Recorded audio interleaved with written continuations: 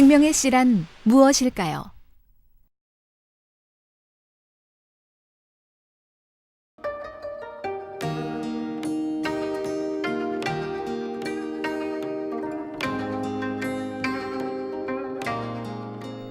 여호와 하나님이 흙으로 사람을 지으시고 생기를 그 코에 불어넣으시니 사람이 생명이 된지라.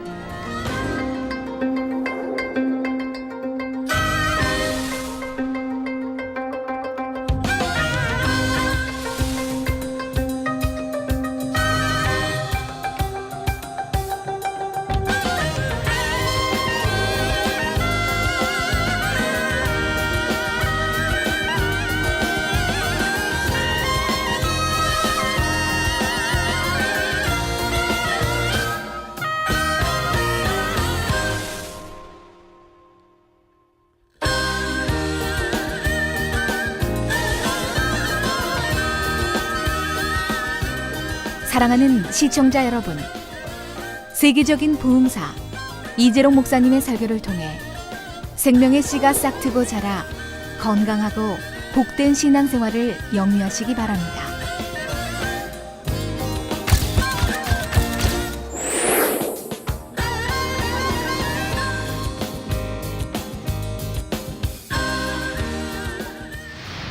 은혜 받으실 하나님 말씀 보시겠습니다.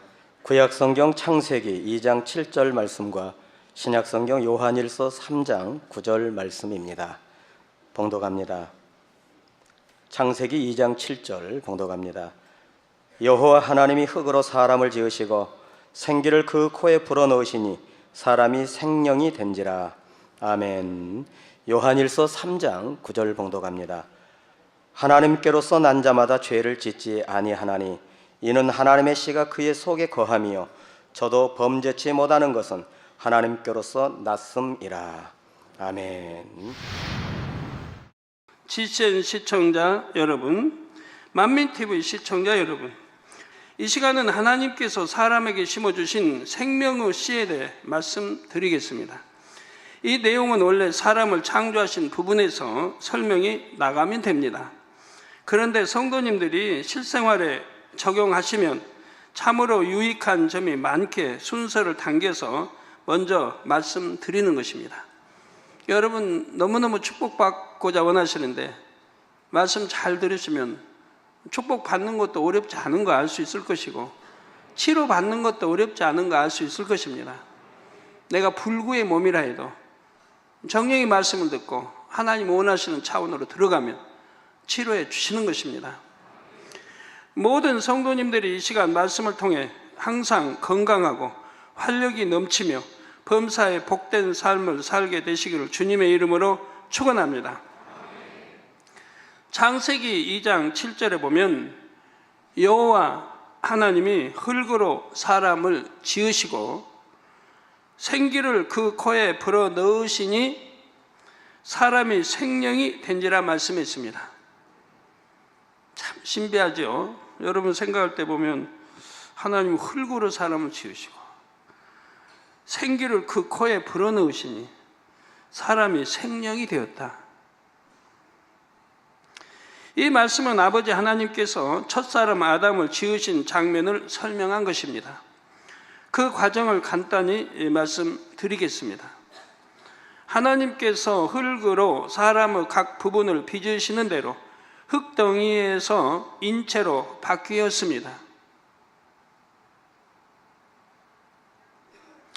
이렇게 될 수 있었던 것은 흙을 빚으시는 하나님의 손에서 근본의 빛이 계속 나갔기 때문입니다.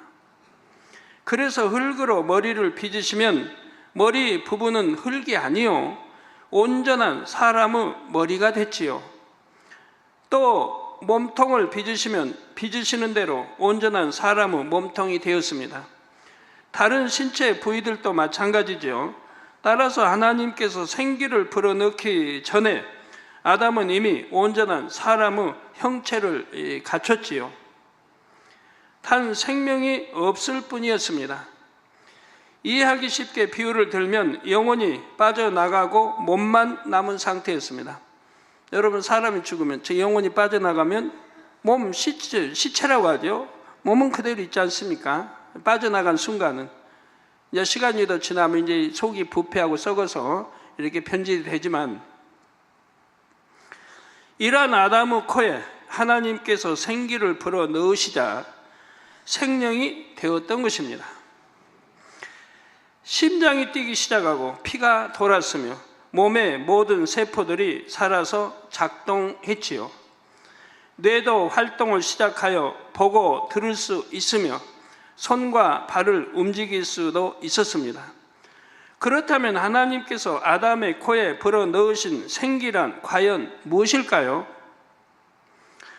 에스겔 37장에도 이 생기 작용이 나옵니다. 이는 비록 환상으로 본 것이지만 영적인 원리는 동일하지요. 하나님께서는 마른 뼈들에게 힘줄을 두고 살을 입히고 가죽으로 덮으셨습니다. 그리고 생기가 그들에게 들어가게 하자 그들이 살아 일어났지요. 7년 환난 중에 순교당한 두 증인이 살아날 때도 생기가 들어가서 역사합니다. 계시록 11장 11절에 죽은 지 3일 반 후에 하나님께로부터 생기가 저희 속에 들어가매 저희가 발로 일어서니 구경하는 자들이 크게 두려워하더라 했지요. 이처럼 생기는 생명의 역사를 일으키는 근본임을 알 수가 있습니다. 그러면 과연 이 생기란 무엇일까요? 근본의 하나님은 소리를 머금은 빛의 형태로 근본의 우주에 널리 퍼져 계셨다 했습니다. 인간 경작을 위해 영계의 정점에 응집하셨고 삼위일체 하나님으로 분리하셨지요. 하나의 근본의 빛에서 두 개의 빛이 나와서 좀 이해를 돕도록 좀 화면을 좀 보시면 되겠습니다. 두 개의 빛이 나와서 총 세 개의 빛이 되었고 각각 형상을 입었습니다. 바로 삼위일체 하나님이 되신 것입니다. 삼위일체 하나님께서 형상을 입으셨다 해도 그 근본은 소리를 머금은 근본의 빛이지요. 그런데 근본의 빛에는 무한한 능력과 지혜가 담겨 있습니다. 이처럼 근본의 빛에 담긴 하나님의 능력이 바로 생기로 역사하는 것입니다. 성도 여러분, 하나님께서는 한 사람의 모든 유전 정보를 세포 핵의 DNA에 담아 두셨다 했습니다. 하나님께서 한 사람의 모든 유전 정보를 세포 핵의 DNA에 담아 두셨다 이 말입니다. 네, 화면 또 나옵니다. 그리고 세포 핵의 DNA를 자동화된 생산 라인에 비유했지요. 자동화 생산 라인에서는 전원 스위치만 올리면 자동으로 생산품이 만들어져 나옵니다. 하나님께서 아담을 흙으로 빚으신 상태는 인체라는 공장의 자동화 설비를 완성한 것과 같습니다. 그리고 생기를 불어 넣으셨다는 의미는 전원 스위치를 올린 것과 같지요. 기계에 생명을 주는 것이 전기라면 인체 생명을 주는 것은 생기입니다. 여러분 TV도 이제 전원을 꺼버리면 화면에 아무것도 안 나오잖아요. 소리도 아무것도 안 나와. 전원 스위치를 누르면 켜면 화면이 나오고 소리가 나오고 사람 움직이는 모든 것들이 나오죠. 바로 전원 스위치를 켰다고 하는 것은 바로 인체 생명을 주는 생기와 같은 원리라 이 말입니다. 하나님께서 흙으로 빚으신 아담의 몸에서 가장 중심이 되는 세포 핵에 가장 중심이 되는 세포 핵에 하나님의 근본된 능력인 생기가 들어가자 아담은 살아 움직이기 시작을 했습니다. 여러분 지금 설명할 이런 과정을 잘 이해를 해야 돼요. 그래야 자유자재로 여러분 능력이 되고 내가 어떤 문제 해결을 받을 때 이렇게 하면 되겠다라는 답이 나오게 되죠. 신방을 가서도 그렇고요. 이렇게 생기가 들어간 아담을 하나님께서는 생명이라 하셨죠. 살아있는 영이라고 하셨습니다. 살아있는 영, 그런 반대도 있겠죠. 죽은 영도 있지 않겠습니까? 지금은 지금 살아있는 영입니다. 생명. 흙으로 지어진 유구 몸을 지녔지만 생기 곧 하나님의 근본된 능력이 담겨 있기에 죽지 않을 수 있는 영적인 존재였던 것입니다. 여러분이 참 의심이 많은 사람은 아니, 흙으로 어떻게 이렇게 인체 뭐 이렇게 만들어 가지고 거기다 생기를 불어넣으니 이렇게 피가 돌고 움직이고 이런 사람이 됐을까? 참 이해 안 된다 라고 생각하신 분이 있다면 전지전능하신 하나님이 하시는 일인데 그러면 사람은 어떻게 TV를 만들어내고 자동차를 움직이고 합니까?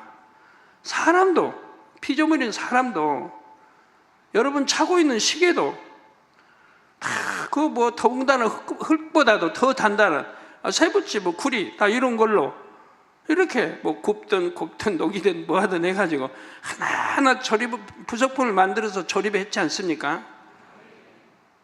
그래가지고 하나의 쇳덩이가 여러분 그 안에 이제 시계가 만들어지고 TV가 만들어지고 자동차가 만들어지고 이제 뭐 쇳덩이 외에도 여러 거 이제 부속 들어가가지고 이렇게 되지 않습니까? 그리고 이제 생기 즉 전원을 넣으면 뭐 하여튼 이렇게 하면 움직이는 뭐 자동차도 되고 불도 들어오고 온갖 것 작동이 다 되지 않습니까? 피조물인 사람도 쇳덩이 단단한 쇳덩이 가지고도 그것을 이렇게 만드는데 하물며 하나님께서 뭘 못하시냐 이 말이에요. 하나님이 창조한 사람도 이렇게 하는데 만군이요 하나님이 창조자 하나님이 뭘 못하시냐 이 말이에요. 여러분 그릇도 그래요. 흙을 가지고 빚어서 청자도 나오고 백자도 나오고 수천만 원짜리 이런 그릇도 나오지 않습니까? 그래서 그런 걸 연상해 보시면 와 하나님이신데 뭘 못하실까? 다 할 수 있는 것이라 이 말입니다. 하나님께서는 생명인 아담을 영에 속한 둘째 하늘의 에덴 동산으로 이끌어 들이셨습니다. 아담은 하나님의 말씀에 따라서 에덴 동산에서 생육하고 번성했습니다. 이게 이 땅, 제1하늘 이 땅에서 빚으셔가지고 흙으로 빚어서 생명이 되게 하셔서 생명이 영이 살 수 있는 제2하늘에 에덴 동산을 창설하여 그것으로 이끌어 들이셨다 이 말이에요. 어디로서 이끌어 들여요? 이 제1하늘 이곳에서 땅에서 이끌어 들이셨다 이 말입니다. 우리가 하늘로 올라갈 때 성경에 이끌어 올린다고 하죠. 구름 속으로 이끌어 올려 구름 속으로. 즉 많은 에덴 동안 생육하고 번성했습니다. 즉 많은 자녀를 낳았다는 사실입니다. 즉 생육하고 번성하라 지배하고 다스리라 하나님 명하셨어요. 그러니까 생육하고 번성하게 되지요. 하나님께서 아담에게 불어넣으신 생기는 에덴 동산에서 낳은 아담의 후손들에게도 자동적으로 전달이 되었습니다. 이 생기가 에덴 동산에서 낳은 아담의 후손들에게 자동적으로 전달이 된다 이 말이에요. 아담이 또 하와가 자식들 낳으면 전달이 되고 또 낳으면 전달이 되고 계속 전달이 되고 하나님이 그때그때마다 생명을 불어넣고 이렇게 하는 게 아니고 자동 전달이 되게 하셨다 이 말이에요. 뭐 자동차를 만들 때도 생산 라인 다 해서 만들어 놓고 스위치 올리면 자동으로 다 만들어 나와요. 그지 그냥 또 자동차 만들어 놓고 자동차 한 대 만들면 또 만들고 그런 게 아니지 않습니까? 우리 사람도 하나님이 생명시 남자에게 정자 여자에게 난자 주신 것이 결합돼 생명이 나오고 거기에 또 이어서 정자 난자 결합해서 생명이 나오고 이어져 쭉 내려오는 거 아닙니까? 그와 같은 원리라 이 말입니다. 그래서 에덴 동산에 있는 아담의 후손들도 모두 생명의 존재이지요. 에덴 동산은 모두 생명의 존재라 이 말이에요. 살아있는 영의 존재라 이 말입니다. 에덴 동산에 있는 아담의 후손들은 이처럼 생명의 존재이기에 잉태되고 성장하는 모든 과정에서 생기의 영향을 받습니다. 신체 각 부분이 발달하고 성장할 때도 몸의 각 부위를 생성하는 세포 핵이 생기로 인해 가장 좋은 결과물만 만든 것입니다. 세포 분열이 잘못되거나 유전자에 이상이 생기는 일도 없지요. 그래서 에덴 동산에서는 기형아나 선천적으로 연약한 아기는 태어나지 않고 소위 우량아만 태어납니다. 또한 태어난 아이들이 성장할 때도 생기의 영향을 받기 때문에 모두들 키도 잘 자라고 건강하지요. 그래서 에덴 동산의 사람들은 모두 키도 크고 얼굴도 예쁘고 멋있게 잘 생겼습니다. 남자는 건장한 체구를 가지고 있는데 키는 모두 최소 175cm 이상이 됩니다. 여자의 키는 남자보다 조금 작습니다. 피부는 남자, 여자 모두 뽀얀 우윳빛을 띠며 머리카락은 황금빛의 금발을 하고 있지요. 남자의 머리카락 길이는 목선 끝 부분에 닿을 정도까지 자라며 여자는 그 2배까지 자랍니다. 머리카락도 이 정도까지 자라면 더 이상 자라지 않고 그 상태를 유지하지요. 남자들은 수염이 나지 않습니다. 피부나 머리카락에서는 윤기가 나며 머리 끝부터 발끝까지 하나 흠 잡을 데 없이 완벽한 모습을 하고 있습니다. 피부에서도 윤기가 나고 머리카락에서도 윤기가 나고 머리 끝부터 발끝까지 하나 흠 잡을 데 없이 완벽한 모습을 하고 있다 이 말입니다.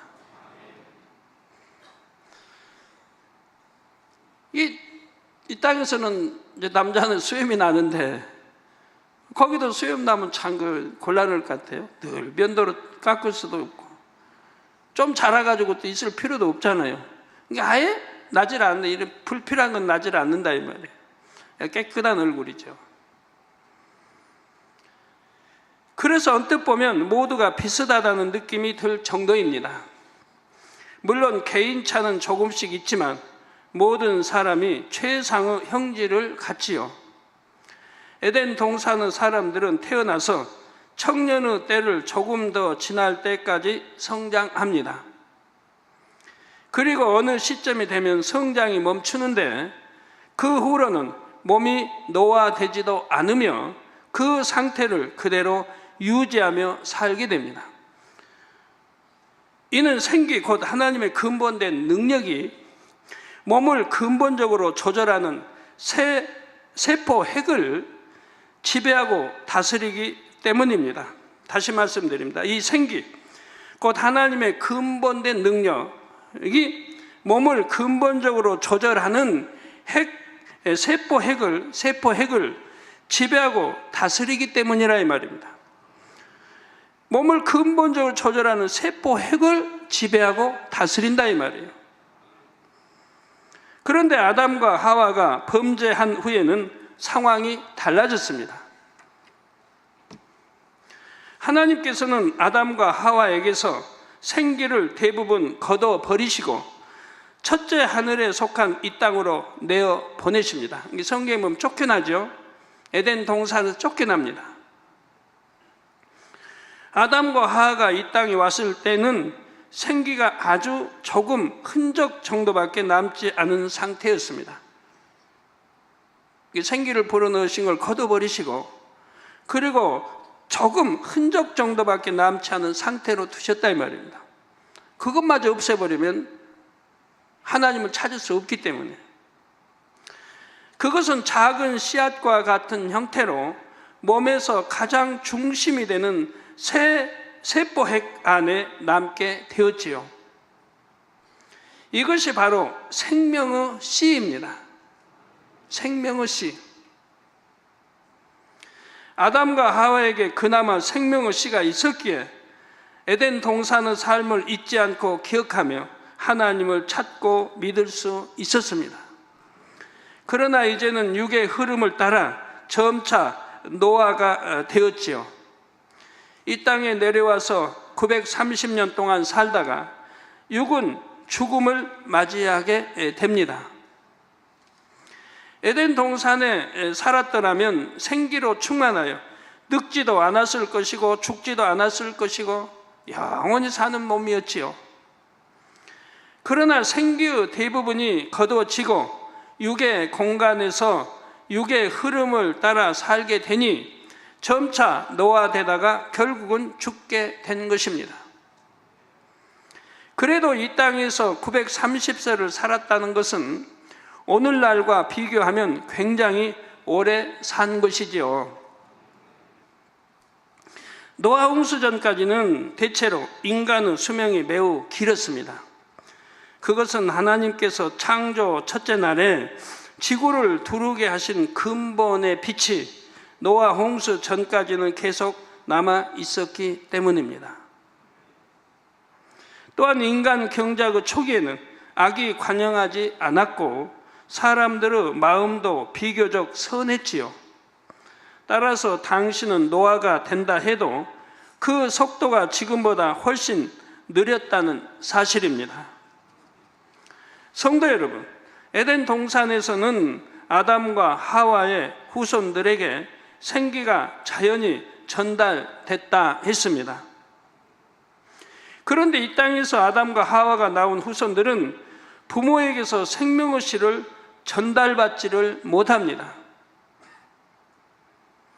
이에 하나님께서는 아이가 잉태되면 6개월째 되었을 때 영을 주십니다. 그래서 영을 주신다 이 말이에요. 에덴 동산은 뭐 영을 주시고 그런 게 없어요. 쭉 그냥 이렇게 이어져 나오니까. 근데 이 땅에서는 이제 그렇게 되질 못하기 때문에 하나님이 6개월, 잉태돼서 6개월째가 되면 이 영을 주시는 것이라 이 말입니다. 영 안에 생명의 씨를 담아서 태아 몸에서 가장 중심이 되는 세포 핵 안에 심어 주시지요.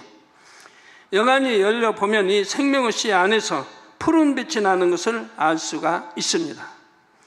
전도서 3장 11절에 하나님이 모든 것을 지으시되 때를 따라 아름답게 하셨고 또 사람에게 영원을 사모하는 마음을 주셨느니라. 영원을 사모하는 마음을 주셨다. 저 영을 주셨기 때문에 영원을 사모하는 마음이 있게 되는 거예요. 그러나 하나님의 하시는 이 일의 시종을 사람으로 측량할 수 없게 하셨도다 했습니다. 사람에게 영혼을 사모하는 마음을 주셨다 했는데 이것이 모든 사람에게 심어주신 생명의 씨의 작용인 것입니다. 사람들은 생명의 씨가 담긴 영을 받았기에 짐승과 달리 내세가 있음을 어렴풋하게 느낍니다. 절대적인 존재인 신을 찾으며 하늘을 동경하기도 합니다. 그러나 하나님을 만나지 못하면 생명의 씨는 그냥 씨에 불과하기에 어떤 생명의 역사를 이루지 못합니다.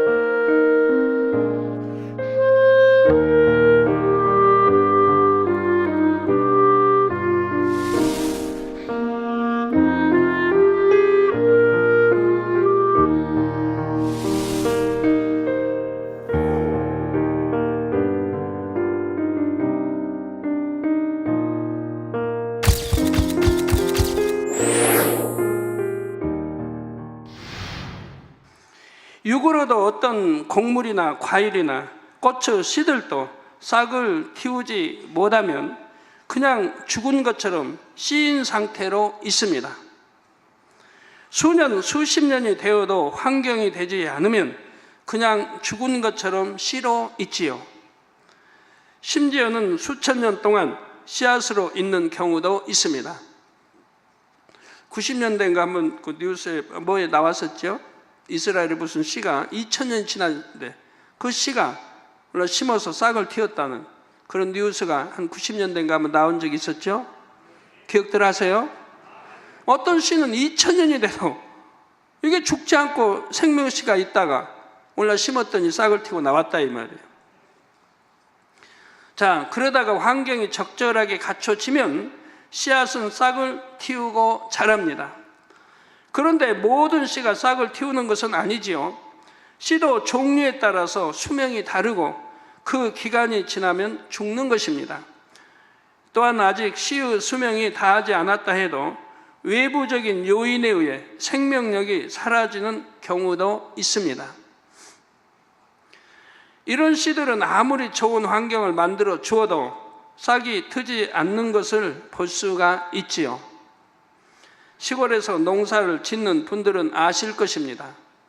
벽씨를 많이 물에 담가 두어도 전부가 싹을 내는 것은 아니지요. 보통 벼의 종자 수명은 2년 내지 3년이라고 합니다. 그러니 4년, 5년이 된 벽씨를 물에 담근다면 거의 싹이 트지 않을 것입니다. 벽씨가 싹을 틔우기 위해서는 적당한 수분과 온도, 산소가 있어야 합니다. 이처럼 하나님께서 사람에게 심어주신 생명의 씨가 싹을 틔우기 위해서도 적절한 영적인 환경이 필요합니다. 모든 사람이 생명의 씨를 가지고 태어나지만 싹을 틔우지 못하고 죽음을 맞는 사람도 있고 어느 땐가 싹을 틔우는 사람도 있지요. 또한 싹이 트긴 했지만 조금 자라다 멈춘 사람, 계속 자라서 온전한 분량까지 이룬 사람 등 여러분 안에도 이 각양각색입니다.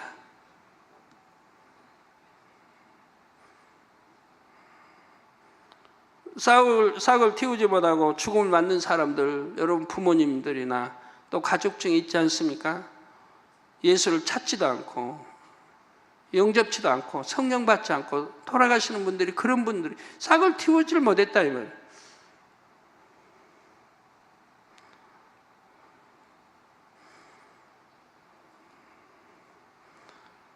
그러나 이제 어느 때인가 싹을 틔우는 사람, 여러분들은 때가 돼서 싹을 틔우는 분들이 여기 모였죠? 다는 아니지만 대부분이 싹을 틔운 분들이 여기 모였습니다. 또한 싹이 트긴 했지만 조금 자라다 멈춘 사람, 여러분 이제 싹이 주님 영접하고 싹을 틔웠는데 조금 자라다 멈춘 사람도 여기 있는 것이고요. 왜? 그만 육체 일을 해버림으로 싹이 더 자라지 못하는 거예요. 육체 일을, 사망이 이른 육체의 일을 행함으로 싹을 이제 자라지 못하는 거예요. 믿음이 성장하지 못하고 그 자리로 멈춰버린 사람, 그 자리로 멈췄으니 그 다음에 어떻게 되겠어요? 점점 자라지 못하니까 이제 다시 죽어질 수밖에 없는 거죠. 그런 사람도 여기 있고 계속 자라서 온전한 분량까지 이룬 사람 등 계속 자라서 믿음의 2단계, 3단계, 3단계, 100에서 4단계 0으로 들어와서 계속 온영을 향해 자라는 사람도 여기 많이 있고 대다수가 있는 거죠. 여기는 사람마다 처한 영적인 환경과 자신의 노력에 따라서 다양합니다. 그러면 생명의 씨가 싹을 틔우기에 좋은 환경이란 무엇일까요? 생명의 씨는 하나님의 능력이 담긴 근본의 빛을 조금 떼어서 심어주신 것이라 했습니다. 그러므로 생명의 씨의 근본 속성은 영이요, 선이요, 진리요, 빛이지요. 영이요, 선이요, 진리요, 빛입니다. 따라서 사람의 마음이 선할수록 생명의 씨가 싹을 틔우기에 좋은 환경이 됩니다. 즉 생명의 씨가 싹을 틔우기 좋은 환경이 뭐냐? 사람의 마음이 선할수록 그런다 이 말이에요. 사람의 마음이 선할수록. 생명의 씨가 싹이 튼다는 것은 결국 성령으로 거듭나는 것입니다. 그런데 성령으로 거듭나기 위해서는 먼저 예수 그리스도를 영접하여 죄사함을 받아야 하지요. 우선 죄사함을 먼저 받아야 되는 거예요.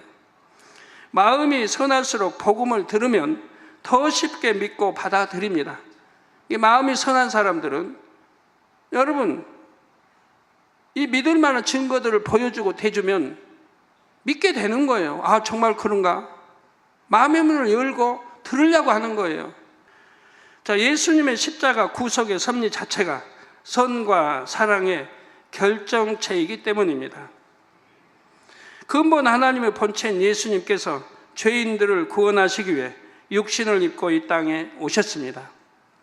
아무런 죄가 없으심에도 저주받은 자처럼 나무에 달렸고 보혈을 아낌없이 흘려주셨지요. 진정 마음에 선이 조금이라도 있는 사람이라면 이처럼 자신을 온전히 희생하신 예수님의 선과 사랑에 감동을 받게 됩니다.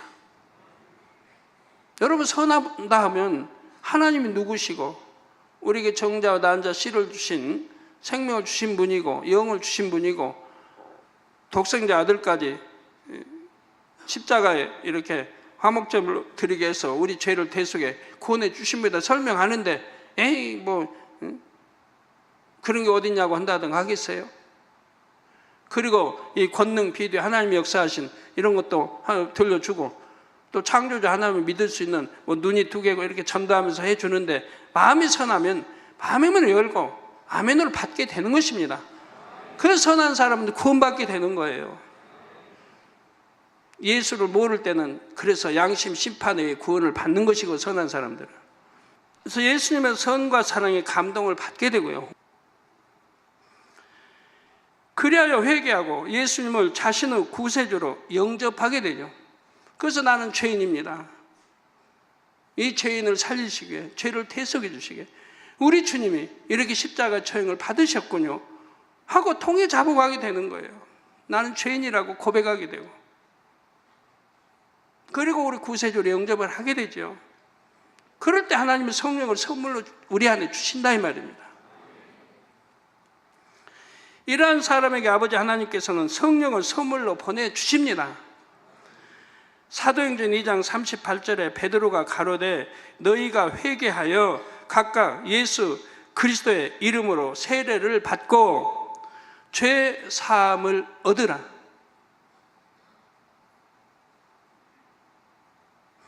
회개하여 각각 예수 그리스도의 이름으로 세례를 받고 죄 사함을 얻으라. 항상 회개가 먼저인 거예요.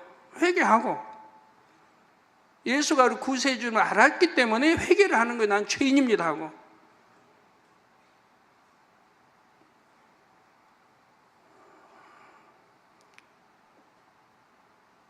그리고 주님이 우리 구세주입니다 하고 마음으로 영접할 때 성령을 주신다 이 말이에요. 그래서 죄 사함을 받게 되는 거죠. 이제 하나님이 하늘나라 생명책에 내 이름이 기록되는 겁니다. 몇 년, 몇 월, 며칠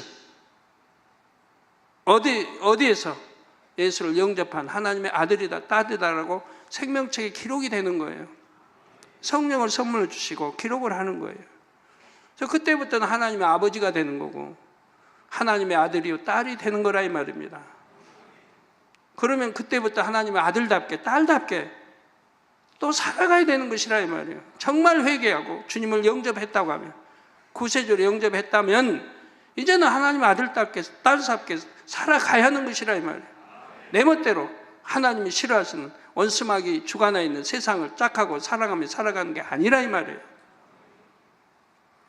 그래서 세례를 받고 제사함을 얻으라. 그리하면 성령을 선물로 받으리니. 어떻게 성령을 선물로 받는지 기록이 되어 있지요. 이렇게 임한 성령께서 바로 생명의 씨의 싹을 틔워주십니다. 이 성령을 왜 하나님 보내주신 거예요? 이 보내주셔서 우리 생명의 씨의 싹을 틔워주신다면, 저 생명의 씨가 있기는 그대로 있다 이 말이에요.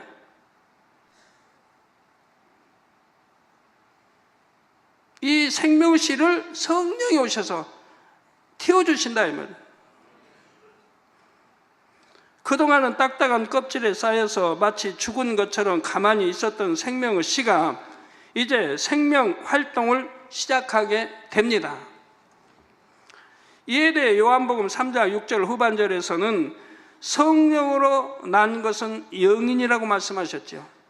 그래서 이렇게 성령이 오셔서 우리를 죄를 버리고 진리로, 죄를 버리고 내가 진리로, 영으로 자꾸 낳게 할, 지금 성령이 도와주셔서 이렇게 악은 버리고 죄는 버리고 비진리는 버리고 이렇게 거듭나게, 자꾸 진리로 나게, 영으로 나게 이렇게 해주신다 이 말이에요. 그래서 성령으로 난 것은 영이라 이 말입니다. 그러면 성령이 오시기 전인 구약 시대에는 어떻게 생명의 씨가 깨어날 수 있었을까요? 구약 시대에는 율법의 행위로 구원을 받습니다. 율법의 행위로. 하나님의 말씀을 행위적으로 지키면 의롭다 인정받는 시대였지요. 이처럼 어떤 사람이 하나님의 말씀을 지켜 행하면 이를 의롭게 여기신 하나님께서 생명의 씨를 깨어나게 해주셨습니다.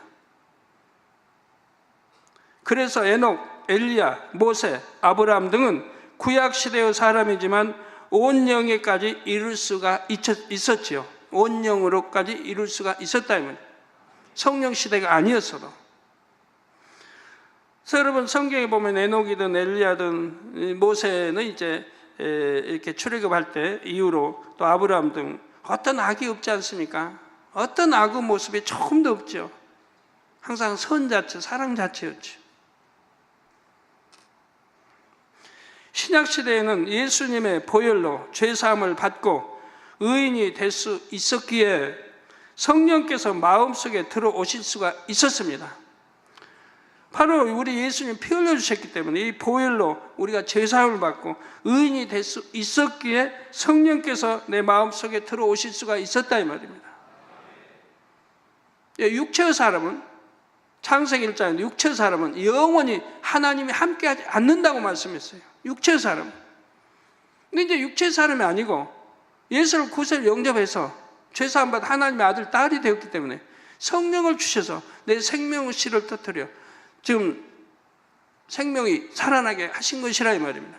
이게 이제 육체의 사람이 아니기 때문에 성령이 우리와 함께 하시는 거예요.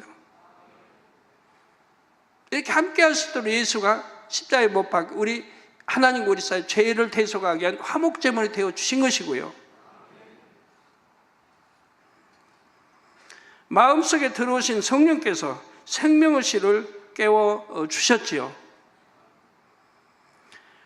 반대로 구약시대에는 율법의 행함으로 의롭다 인정받은 사람의 생명의 씨를 하나님께서 외부에서 일깨워 주셨던 것입니다.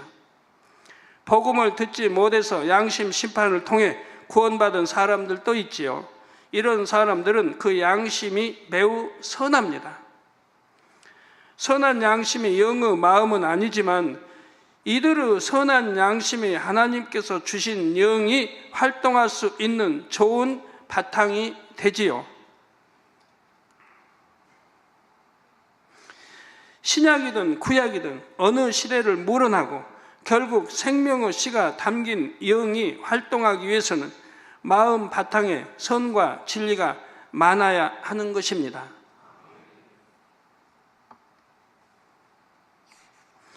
그런데 사람의 마음에는 여러 가지 요소가 복합적으로 담겨 있습니다. 선도 있고 악도 있으며 부모로부터 전해진 본질적인 분야 등 사람마다 마음의 구성 성분이 다르죠. 그런데 모든 사람에게는 자유의지가 있습니다. 자기 스스로 선한 것을 보고 듣고 입력시키면 선한 마음 바탕이 될 수가 있고, 악한 것을 보고 듣고 입력시키면 그만큼 마음 바탕이 악해지죠. 그러니까 하나님 말씀은 육신의 정욕, 안목의 정욕, 이성의 자랑을 버리라고 하는 거 아니에요. 이건 하나님께로 온 게 아니고 하나님께로 온 게 아니다 이 말입니다. 그러니까 안목의 정욕 버리라는 거, 보지 말라는 거예요. 악한 거, 안목, 정욕, 어떤 나쁜 거를 내가 입력시킬 수 있는 진리가 아닌 비진리 거는 보지 말라는 거예요. 그래서 악한 것을 보고 듣고 입력시키면 그만큼 마음 바탕이 악해지고요. 따라서 어느 누구도 나는 마음 바탕이 좋지 못해서 하나님을 만나지 못했습니다라고 변명할 수 없는 것입니다. 왜? 자기 스스로가 악하게 만들었으니까요. 성도 여러분, 생명의 씨가 틔워진 다음에는 반드시 자라가야 합니다. 틔워졌다. 그러면 이제 자라가야 한다 이 말이에요. 식물은 싹이 트면 물과 햇빛을 계속 공급해 줘야 자라지요. 이처럼 생명의 씨도 성령으로 싹튼 다음에는 영적인 물과 빛을 계속 공급받아야 자랍니다. 곧 하나님의 말씀을 영으로 양식 삼아야 그 사람의 영이 성장할 수가 있습니다. 우리 성령의 도우심으로 우리 영이 성장할 수가 있는 거예요. 하나님께서 생명의 씨를 영 안에 담아서 사람 몸의 중심되는 핵 속에 심어 주셨다 했지요. 그래서 생명의 씨가 깨어나서 생명 활동을 시작하면 생명의 씨를 감싸고 있는 영이 성장합니다. 그런데 식물의 씨가 싹을 틔웠다 해도 물을 주지 않으면 죽고 말지요. 이처럼 생명의 씨도 싹을 틔운 후에 영적인 물을 공급받지 못하면 성장하지 못할 뿐만 아니라 생명을 유지하기도 어렵습니다. 그래서 요한복음 6장 53절에 예수께서 이르시되 내가 진실로 진실로 너희에게 이르노니 인자의 살을 먹지 아니하고 인자의 피를 마시지 아니하면 너희 속에 생명이 없느니라 말씀하신 거예요. 생명이 없다 이 말이에요. 인자의 살을 먹어야 하고 인자의 피를 마셔야 너희 속에 생명이 있는 것이라 이 말이에요. 즉 하나님 말씀을 늘 듣고 그리고 지식으로 입력, 마음에 입력해서 마음에 심고 그리고 믿음으로 행해 나가야 그 말씀대로 살아가는 행함이 있어야 내 안에 생명이 자라게 된다 이 말이에요. 그래서 아까 틔운 생명이 이게 이제 자라게 된다 이 말입니다. 점점 자라나야 된다 이 말이에요. 계속 자라가야 된다 이 말이에요. 어린아이도 1살, 2살, 3살, 4살 계속 한 5세까지 자라가야 된다 이 말이에요. 자라가지 못하면 불구돼 버리죠. 성장하다 멈춰버리면 불구돼 버리잖아요. 계속 자라야 되는 거예요. 지식도 쌓아야 되고 그래서 학교 다니고 공부하는 거고 계속 자라가야 되는 거예요. 키가 자라 몸도 자라고 오장육부가 발달하고 자라 나가요. 어느 한계까지 한 20대 초반 20대 중반 전까지는 계속 자라는 거예요. 자, 영적으로 인자의 살을 먹고 인자의 피를 마시는 것은 무엇입니까? 영적인 물인 하나님의 말씀을 마음에 담고 빛 가운데 행하는 것이지요. 이처럼 영적인 물과 빛이 마음에 임하면 마음에 있는 영이 성장하게 됩니다. 본문 말씀 요한일서 3장 9절 전반절에 보면 하나님께로서 난 자마다 죄를 짓지 아니하나니 이는 하나님의 씨가 그 속에 거함이요. 즉 하나님의 씨가 우리 안에 거한, 여러분 안에 거한다. 그러면은 죄를 짓지 아니한다 이 말이에요. 여러분 죄를 짓는 분들 생각해 봐요. 하나님께로 난 자마다 죄를 짓지 아니하나니 이는 하나님의 씨가 그의 속에 거함. 여러분 안에 거한다 이 말이에요. 좀 시에 대해 배웠죠. 여러분 안에 거한다 이 말이에요. 그러면 하나님의 아들이고 딸이다 이 말이에요. 그러니까 죄를 지을 수 없다 이 말이에요. 하나님께서 난 자들 곧 예수 그리스도로 인해 구원받은 사람들은 죄를 지어서는 안 됨을 말씀합니다. 왜냐하면 하나님의 씨가 그의 속에 거하기 때문이지요. 하나님께서 심어주신 생명의 씨가 깨어난 후에는 영적인 물인 하나님의 말씀을 계속 공급해 줘야 그 생명이 유지됩니다. 그런데 또다시 죄를 범하고 사함받을 수 없는 죄까지 짓는다면 이는 싹튼 씨앗을 다시 죽이는 것과 같지요. 예를 들어 잘 자라던 화초를 어느 날부터 빛이 없는 캄캄한 곳에 방치해 두고 물도 주지 않는다면 결국 죽지 않겠습니까? 이처럼 여러분이 한번 성령을 받았다 해도 만일 짐짓 죄를 범해 나간다면 결국 생명을 다시 잃게 되는 것입니다. 그래서 성령을 소멸치 말라고 하나님 말씀은 말하고 있죠. 성령을 소멸되기 때문에 말하는 거예요. 소멸치 말라고. 성령 받았는데 이제 생명씨를 살려야 되는데 오히려 죽이고 있다. 이런 죄를 짐으로 죽이고 있다. 왜 내가 병이 들어서 회개한다고 다 했는데 기도받아도 안 낫는지 다 앞으로 설명이 나갈 거예요. 왜 분명히 회개한다고 회개편지도 보내고 내게 기도도 받는데 안 낫고 여전히 아픈지, 왜 누구는 기도받고 낫고 왜 누구는 기도받고 안 낫고, 안 낫다면 왜 안 낫겠어요? 그만큼 죄를 많이 쌓아갔다 이 말입니다. 하나님을 진노했다 이 말이에요. 그렇게 단에서 말씀이 나오고 그러면 안 된다, 사망의 길이다, 육체의 일, 사망의 일은 육체의 일은 지으면 사망 지옥 간다고 해도 듣지 않았다 이 말이에요. 그 계속 죄를 지어갔다. 내가 죽을 죄를 성경에 있는 대로 짐짓 죄인 줄 알면 지어 가면 결국 죽는다 했어요. 회개형 안 주신다. 또 현재의 주님을 십자가에 못 박아버리니까 회개형을 안 주신다. 이게 결국 사망이라 이 말이에요. 죄사함 못 받고. 그런데도 하나님을 살려주시고 했다면 내가 감사하면서 연단을 잘 받아야 할 거 아니에요. 끝날 때까지 연단이 끝날 때까지. 그래서 우리 예수님께서도 마태복음 7장 21절에서 나더러 주여 주여 하는 자마다 천국에 다 들어갈 것이 아니요 다만 하늘에 계신 내 아버지의 뜻대로 행하는 자라에 들어가리라 말씀하셨지요. 하나님 뜻대로 행해야 된다 이 말이에요. 행치 않으면 소용이 없다 이 말이에요. 천국에 못 들어간다 이 말이에요. 이걸 여러분 잘 들으셔야, 여러분 내가 병이 있다면 해결받을 수 있는 것이고, 내가 축복을 못 받는다면 무엇이 담이 돼서 축복 못 받는지 알아서 축복을 받을 수 있는 것이고, 하나님과 제어담을 허는, 그리고 이 생명씨를 띄어서 활활 태워서 여러분 속히 영으로 온전히 들어가는 그런 귀한 복된 시간이 되시기를 바라요. 예, 기도하겠습니다. 말씀 상고하시면서 통서로 다 같이 기도하시겠습니다. 할렐루야. 주님 은혜와 사랑에 감사드립니다. 오늘 또 들은 말씀이 믿음이 되고 생명이 되게 도와주시기를 원합니다. 성령의 감동감화 충만함으로 입혀 주옵소서. 아버지 하나님, 아버지 말씀 잘 들어서 우리 생명의 씨가 뭔지, 생명의 씨를 어떻게 자라게 할 수 있는 건지, 그래서 어떻게 영으로 들어가고 온영으로 들어가는지, 그래서 어떻게 하면 건강해지는지, 노화 현상이 일어나지 않는지, 또 해춘할 수 있는지까지, 아버지 이런 것이 다 가능해진다면 물질의 축복도 마찬가지입니다. 모든 것들이 아니 될 것도 되며 될 건 더 잘 되는 축복을 받게 됩니다. 아버지 은혜 주시고 양식 잘 삼아서 참으로 능력 있는 하나님의 아들 딸들이 되게 축복해 주시기를 원합니다. 주여 감사합니다. 우리 주 예수 그리스도 이름으로 기도합니다. 아멘.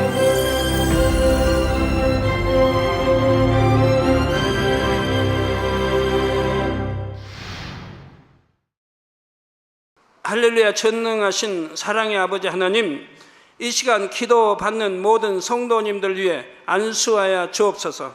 GCN과 만민TV, 인터넷과 화상을 통해 기도받는 지교회와 지성전, 그리고 전세계 하나님의 자녀들 위에도 시공간을 초월하여 역사하여 주시기를 원합니다. 믿어지는 믿음을 주시고 부정적인 생각과 의심의 세력을 물리쳐 주옵시며 모든 시험 환난도 물리쳐 주옵소서. 머리부터 발끝까지 오장 육부 뼈 마디마디 온몸의 신경 조직 세포 등 아픈 곳마다 성령의 불로 태우시고 근본의 빛으로 역사하여 주옵소서. 예수 그리스도의 이름으로 명하노니 원수마귀 사단 모든 질병 균 연약함아 물러가라. 빛이여 임하라. 모든 불치 난치병도 성령의 불로 태워 깨끗하게 역사하여 주옵소서. 말라리아를 비롯한 모든 풍토병도 물리쳐 주옵소서. 신종 플루를 비롯한 모든 신종 질병과 변종은 물러가라. 깨끗함을 입을지어다. 감기, 기침, 열, 몸살, 독감 등 각종 유행성 질병도 다 물러가라. 어떠한 유행성 질병 균도 틈타지 않게 지켜 주옵소서. 위암, 폐암, 간암, 유방암, 자궁암, 대장암, 피부암 등 각종 암과 에이즈, 백혈병, 뇌졸중, 고혈압, 저혈압, 심장병, 폐병, 위장병, 당뇨, 부인병, 피부병, 갑상선 질환과 모든 염증도 깨끗게 하여 주옵소서. 소아마비, 중풍, 관절염, 디스크도 온전케 하여 주옵소서. 요통, 두통, 신경통을 비롯한 모든 통증은 사라질지어다. 간질, 자폐증, 우울증, 조울증, 노이로제 등 모든 정신질환도 물러가라. 모든 마비된 것도 풀어지고 일어나 걷고 뛸지어다. 눈도 잘 보이게 하옵시고 귀도 잘 들리게 하여 주옵소서. 소경은 눈을 뜨고 기머거리는 들으며 벙어리는 말할지어다. 각종 사고, 후유증도 깨끗게 하시고 부러진 뼈도 붙여 주옵소서. 화상 입은 것도 온전케 하옵소서. 화기야 물러가라. 열도 물러가라. 아버지 흉터도 나지 않게 역사해 주시기를 원합니다. 마약을 비롯하여 각종 약물과 독극물 중독도 깨끗함을 입을지어다. 죽은 신경과 세포가 살아나며 죽은 자도 살아나게 하여 주옵소서. 잉태의 축복도 주시기를 원합니다. 잉태 축복을 받으라. 예수 그리스도의 이름으로 명하노니 원수마귀 사단아, 하늘 공중 곳에 잡은 악의 영들아 물러가라. 그의 사자들도 물러갈지니라. 이 땅의 악한 영, 더러운 영, 거짓되고 간사한 영, 이간질하고 미혹하는 모든 어둠들은 물러가라. 모든 흉악의 결박을 풀고 어둠아 물러가라. 빛이여 임하라. 아버지 하나님, 부르짖어 기도할 수 있는 능력을 주시고 죄를 버리고 성결될 수 있는 능력을 주옵소서. 영혼이 잘됨같이 범사에 잘되게 하시고 가정의 복음화도 이루어 주시기를 원합니다. 한 주간도 모든 사고와 재앙으로부터 지켜주시고 불통이 없는 형통한 삶을 살 수 있도록 축복해 주옵소서. 성령의 불담으로 천군 천사와 주님의 불꽃 같은 눈동자로 모든 하나님의 자녀들과 가정, 일터, 사업터를 지켜주시기를 원합니다. 학생들에게 지와 명철을 더하시고 공부도 할 수 있는 뜨거운 마음과 열정도 더하여 주옵소서. 마음과 생각을 세상에 빼앗기지 않도록 지키시고 하나님을 뜨겁게 사랑하는 학생들로 축복하여 주옵소서. 하나님의 자녀들이 먹으나 마시나 입으나 무엇을 하든지 하나님 앞에 영광 돌리는 삶이 되게 축복하여 주시기를 원합니다. 나는 하나님을 만났노라, 체험했노라, 응답 받았노라, 축복 받았노라, 간증하는 입술이 되게 역사하여 주옵소서. 아버지 하나님 감사합니다. 홀로 영광 받으옵소서. 우리 주 예수 그리스도의 이름으로 기도하옵나이다. 아멘. 생명의 씨란 무엇일까요? 생명, 아담의 몸에 있었던 하나님의 근본된 능력이 담긴 생기. 아담의 범죄 이후 아담의 생기는 흔적만 남게 되었습니다. 예수 그리스도를 영접하여 죄사함을 받고 성령으로 거듭나면 생기의 흔적인 생명의 씨가 싹이 트고 자라 영의 차원에서 몸의 조절이 이루어집니다. 사랑하는 시청자 여러분, 세계적인 부흥사 이재록 목사님의 설교를 통해 생명의 씨가 싹트고 자라 건강하고 복된 신앙생활을 영위하시기 바랍니다.